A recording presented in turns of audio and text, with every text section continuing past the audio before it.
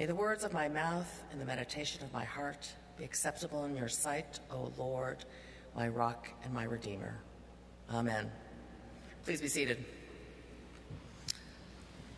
Good morning. As a trial lawyer and public official, I'm used to a lot of public speaking, but I have to admit that standing here in the Canterbury pulpit, where so many famous orators have stood before me, is quite a daunting task.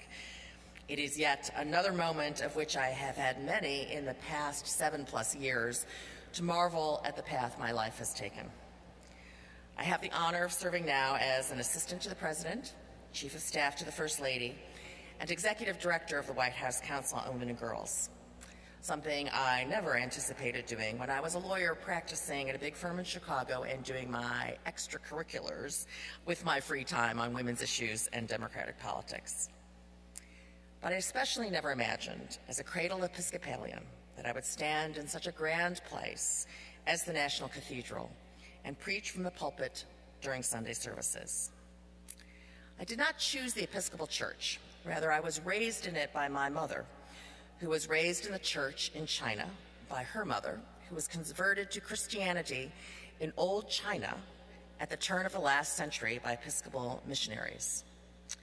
But the Church of God's frozen people has suited me well, as I am not an evangelizer, and I do not comfortably wear my faith on my sleeve, despite the many viewpoints that I do wear openly in my sleeve.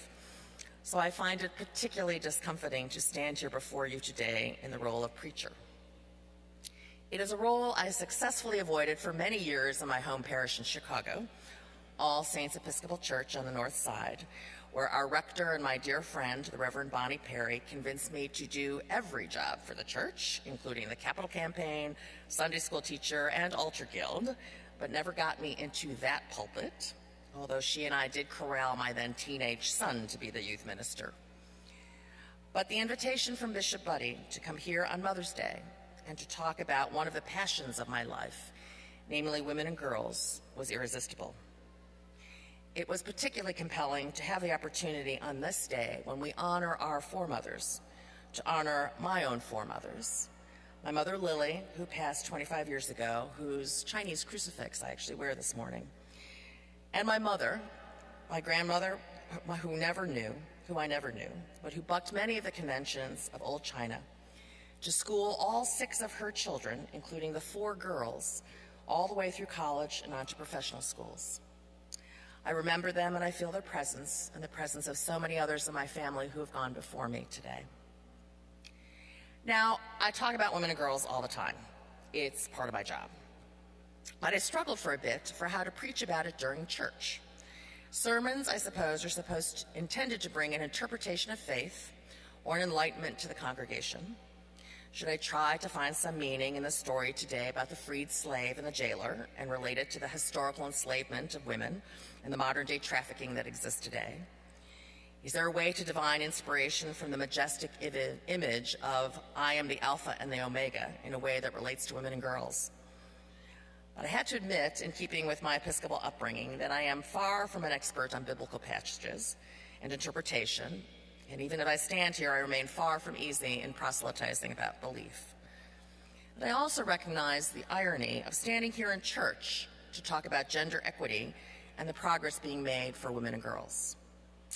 You see, I am of the generation where I remember an Episcopal church that relegated women and girls to secondary roles. One of my strongest Christmas Eve memories as a child was of the midnight service where the reform-minded rector of our church in Shaker Heights, Ohio, included girls as acolytes. Shocker. It was actually really a shocker back then, as an audible gasp went up across the crowded sanctuary as they walked down the center aisle. And as we all know, it was not that long ago when women could not be ordained as priests, could not serve as bishops, nor could our LGBT brothers and sisters. Instead, we, like so many other religious institutions, interpreted the Bible and faith teachings as assigning a lesser role for women.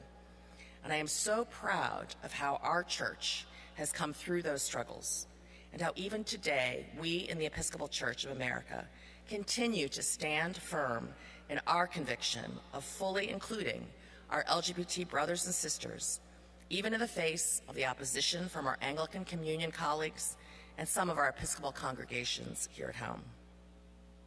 And not only is there opposition to LGBT rights in some corners of the faith community, I still deal on a regular basis with faith-based opposition to full health care choices for women, to fact-based sex education, to requirements that faith-based institutions not engage in sex discrimination. And worse, even now in the year 2016, we are in a world where religion, or so-called religious beliefs, are used to justify some of the worst manifestations of violence against women. I'm talking about the acts of ISIL, whose leaders have perverted religious teachings to justify the mass enslavement, rape, and even murder of women and girls. Which brings me to why it's important from this pulpit, during church, in our faith, to talk about women and girls. My passion, my motivation, started for me as a young woman, studying Susan B. Anthony in college, fortified by the hope and dreams I have for my daughter as a single mother, just as I have for my son, and fueled daily by the continuing inequities we see women and girls experiencing, like the fact that women on average still make only 79 cents on the dollar for every man earns, and African American women make only 60 cents, Latinas only 55 cents. That only 4% of the CEOs of our leading companies are women, while 2/3 of our lowest wage workforce are women. That although African American girls represent 14% of the US population, they constitute 32% of girls in juvenile justice system. That 1 in 5 young women in college will be sexually assaulted before they graduate, and around the world, 1 in 3 women experience physical or sexual violence. And we know that right now, more than 62 million girls around the world are not in school. Instead, 15 million are married before their 18th birthday each year, and over 2 million of them are subjected to human trafficking, which is modern slavery. And yet it's a time of unparalleled opportunity and achievement for women and girls. We now have 3 women on the Supreme Court and 136 women on the lower federal courts. Women are now a majority of college graduates and 50% of our workforce. Women-owned businesses produce $1.4 trillion in sales. And global maternal mortality has been cut by 44% over the last 25 years. But as someone who has worked on women and girls issues my whole life, I'm acutely aware that this progress only comes with struggle, that there are always forces trying to pull us back, including those forces attempting to use faith and religious doctrine as a cudgel to achieve that objective. Far too often, it seems, the loudest faith-based voices are those who want to roll back progress on equality and justice issues, on women's health or LGBT rights, or ending practices like female genital mutilation or child marriage. The volume and vehemence of their rhetoric seems to drown out, or more often, fully silence those of us who believe in a different version of what the Bible teaches us and where the Holy Spirit is moving us to. But as my friend Reverend Perry points out, it is Jesus himself, by his acts, who has showed us how he viewed and revered women.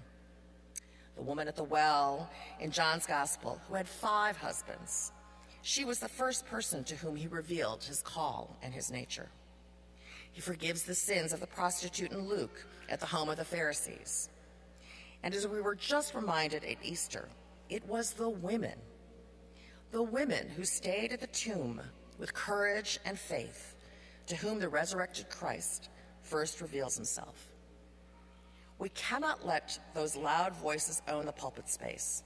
And I think we see today, more than ever, how important it is for people of faith who believe in equity and justice, who believe in progress for women and girls in the world, to stand up and speak loudly ourselves, not just as advocates for women and girls, but as people of faith for women and girls.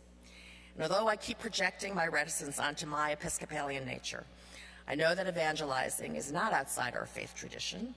Just look at the example of those Episcopal missionaries to China whose names are lost to me, but who are directly responsible for my standing before you today. It is in this spirit and with this conviction that our White House Council on Women and Girls, together with the State Department, Labor Department, and Aspen Institute, will host on June 14th here in D.C. a summit on all things women and girls, which we have called the White House Summit on the United State of Women. We'll gather 5,000 activists, researchers, government and private sector leaders, young and old, long-standing icons, and young people just starting out. We want to talk about what works in the areas of education, economic opportunity, entrepreneurship, violence against women, health, and leadership and civic participation. Not the problems, but the solutions that are out there and being pursued. We want to discuss the domestic and international dimensions of these issues together, not separated into our domestic and foreign policy corners. And we hope to spur a dialogue and activism that will propel this work long after our administration is over. So UnitedStateOfWomen.org is the website for those who want more information. But more importantly on this Mother's Day, in addition to sending flowers to Mom, I want to urge all of us to remember all women and girls, to celebrate the successes we have achieved, including in our very own church, but to also rededicate ourselves to working to overcome all the challenges that remain. Thank you for the great honor and privilege of speaking with you today, and happy Mother's Day.